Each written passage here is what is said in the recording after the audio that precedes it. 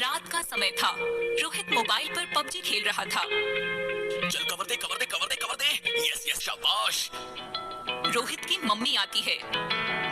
क्या हर वक्त PUBG PUBG PUBG, खाना भी नहीं खाता? यह सेब और छुरी छोड़ के जा रही हूँ, काट कर खा लेना। मम्मी चली जाती है। रोहित पबजी में ही लगा था कि अचानक गेम ऑफ हो जाता है। ये क्या? अभी तो ठीक चल रहा था। ओह गॉड, अब मैं क्या करूं?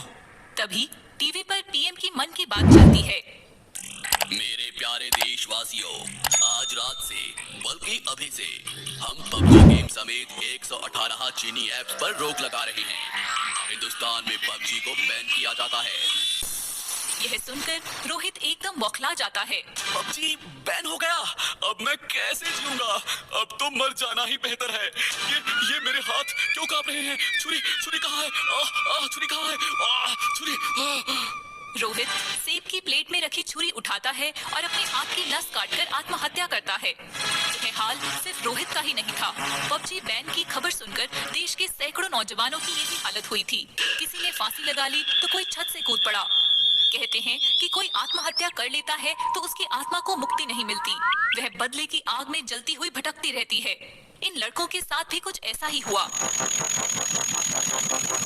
रात का समय था, शहर सुनसान था। तभी हाथ में बंदूकें, बम और गोले लेकर कुछ सिपाही सड़कों पर चलते दिखाई दिए। सड़कों पर चलते लोगों को लगा कि होगी कोई मिलिट्री की फौज, पर यह वह भूतिया फौज थी जो अब पबजी खेलने सड़क पर उतरी थी। एक दो, बंदूकें चलने लगती हैं, बम गिरने लगते हैं, गली मोहल्ले फटने लगते हैं, सड़कों पर चलती गाड़ियां और इंसान खेल की तरह भूतों का खिलौना बन जाते हैं। यह हाल सिर्फ रास्तों का ही नहीं था, बल्कि अपने घरों में भी कोई सुरक्षित नहीं था। भूतिया फौज एक बिल्डिंग को घेर लेती है, हर घर, हर दरवाजे पर जाकर बम लगा देती है, घरों में घुसकर लोगों को छलनी करने लगती है।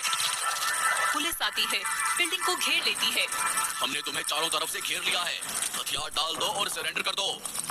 पुलिस को देखकर सारे भूत हंसने लगते हैं, आसमान में उड़ते उड़ते गोलियों की बरसात करते हैं। वॉच सर, अंधेरी में हमला हुआ है, हमें निकलना चाहिए। अभी तो यहाँ थे, अब अंधेरी। हम इंसान हैं और वो भूत। हमारे अंधेरी तक पहुँचते पहुँचते वो कहीं और निकल जाएंगे। तो सर अब करें तो क्या करें? दिल्ली फोन घुमाओ। दिल्ली को शहर के हालात के बारे में पता चलता है तो दिल्ली भी कांप जाती है। सरकार पर विरोधियों का प्रेशर बढ़ जाता है। ये सरकार बस अपने मन की बातें करती रहती है। देखा पबजी बैन करने का नतीजा? कल 100 नौजवानों ने आत्महत्या कर ली और आज वही 100 नौजवान भूत बनकर शहर में पबजी पबजी खेल रहे हैं। आखिर ये सरकार क्या कर रही है? पीएम ने तुरंत डिटेक्टिव करण को बुलावा भेजा। करण, शहर की हालत का अंदाजा आपको है। आपने ऐसे ढेरों केसेस निपटाए हैं, क्या मैं आपका टिकट बुक कर दूं? कहिए कब निकलना है? करण शहर में आता है, पुलिस अफसर के साथ बात करता है। दिन में गायब रहते हैं और रात को हंगामा करते हैं, आप उन्हें कैसे रोकोगे? इन भूतों की कमजोरी है पबजी, और कमजोरी का फायदा उठाना करण अच्छी तरह जानता है। रात होती है, करण को फोन आता है।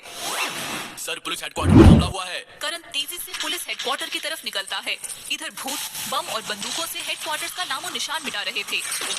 जय पबजी, जय पबजी, जय पबजी। तभी वहाँ करण पहुँचता है। जय पबजी। भूत करण की तरफ बढ़ते हैं। जय पबजी, कौन है तू? मैं डिटेक्टिव करण, मोदी जी ने भेजा है मुझे। हमें मारने के लिए? हम उसी वक्त मर गए थे जब पबजी बैन किया था। अब मरेंगे नहीं, सिर्फ मारेंगे। तुम गलत समझ रहे हो, मैं मारने नहीं समझाने आया हूँ। मतलब? देखो, पबजी हमारा नहीं, हमारे दुश्मन देश का गेम था। उसको बैन नहीं करते तो चीन की अर्थव्यवस्था मजबूत बनती और वो चीनी हम पर हमला करते। इससे हमें कुछ लेना देना नहीं है। पबजी बस बैन हटाओ, हम सब चले जाएंगे। ये तो नहीं हो सकता, पर एक काम हो सकता है। क्या?